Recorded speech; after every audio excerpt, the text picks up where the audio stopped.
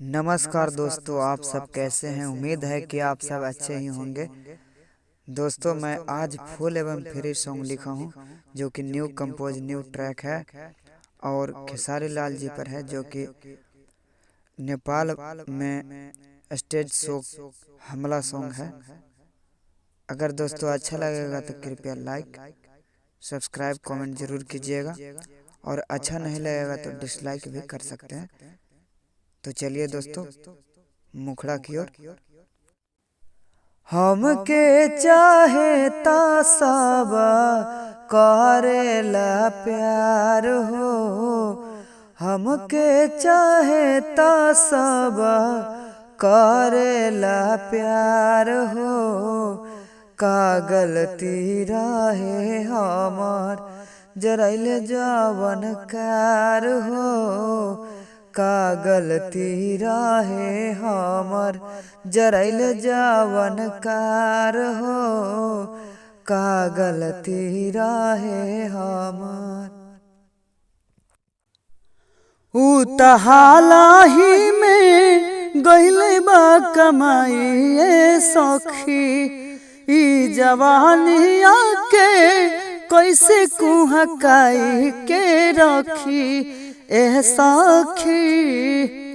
ऊ त होलिया में गइले बा कमाई सखी, ई जवानिया के कैसे कुहकाई के रखी। रहल न जाई अबे रोमाई झरझर अखिया बरसात रे। होलिया में प्यार खातिर पिया हमर तरसाता रे, होलिया में प्यार खातिर रजऊ हमर तरसाता रे। तो दोस्तों, पहला अंतरा कैसा लगा? चलिए दूसरा अंतरा की ओर। वह भी बहुत जबरदस्त ही होगा दोस्तों, मस्त होगा। हमसे छुपा के कटलस टिकट यार हो, आबे के पहले कैलस जनता में मार हो।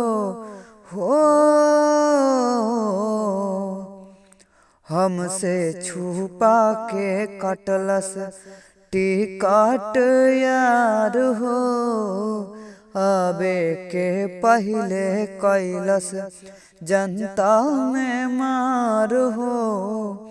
तोड़ फोड़ कैलस कुर्सी मशीनों के तार हो, का गलती रहे हमर जरैल जवन कार हो, का गलती रहे हमर जरैल जवन कार हो, का गलती रहे हमर।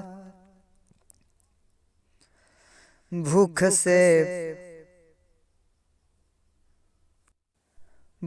से हमरा गईनी जारो बेजार हो, केहू न लेबे आइल खबर हमार हो। हाँ, भूख से हमरा गईनी जारो बेजार हो, केहू न लेबे आइल खबर हमार हो। आयो जाना करता कैले बड़ गद्दार हो, का गलती रहे हमर जरैल जवन कार हो, का गलती रहे हमर जरैल जवन कार हो, का गलती रहे हमर। तो दोस्तों, ये सॉन्ग कैसा लगा? अगर दोस्तों सच में अगर अच्छा लगा होगा तो कमेंट कीजिएगा, लाइक कीजिएगा, सब्सक्राइब कीजिएगा। यदि अच्छा नहीं लगा होगा तो डिसलाइक कर दीजिएगा। धन्यवाद दोस्तों।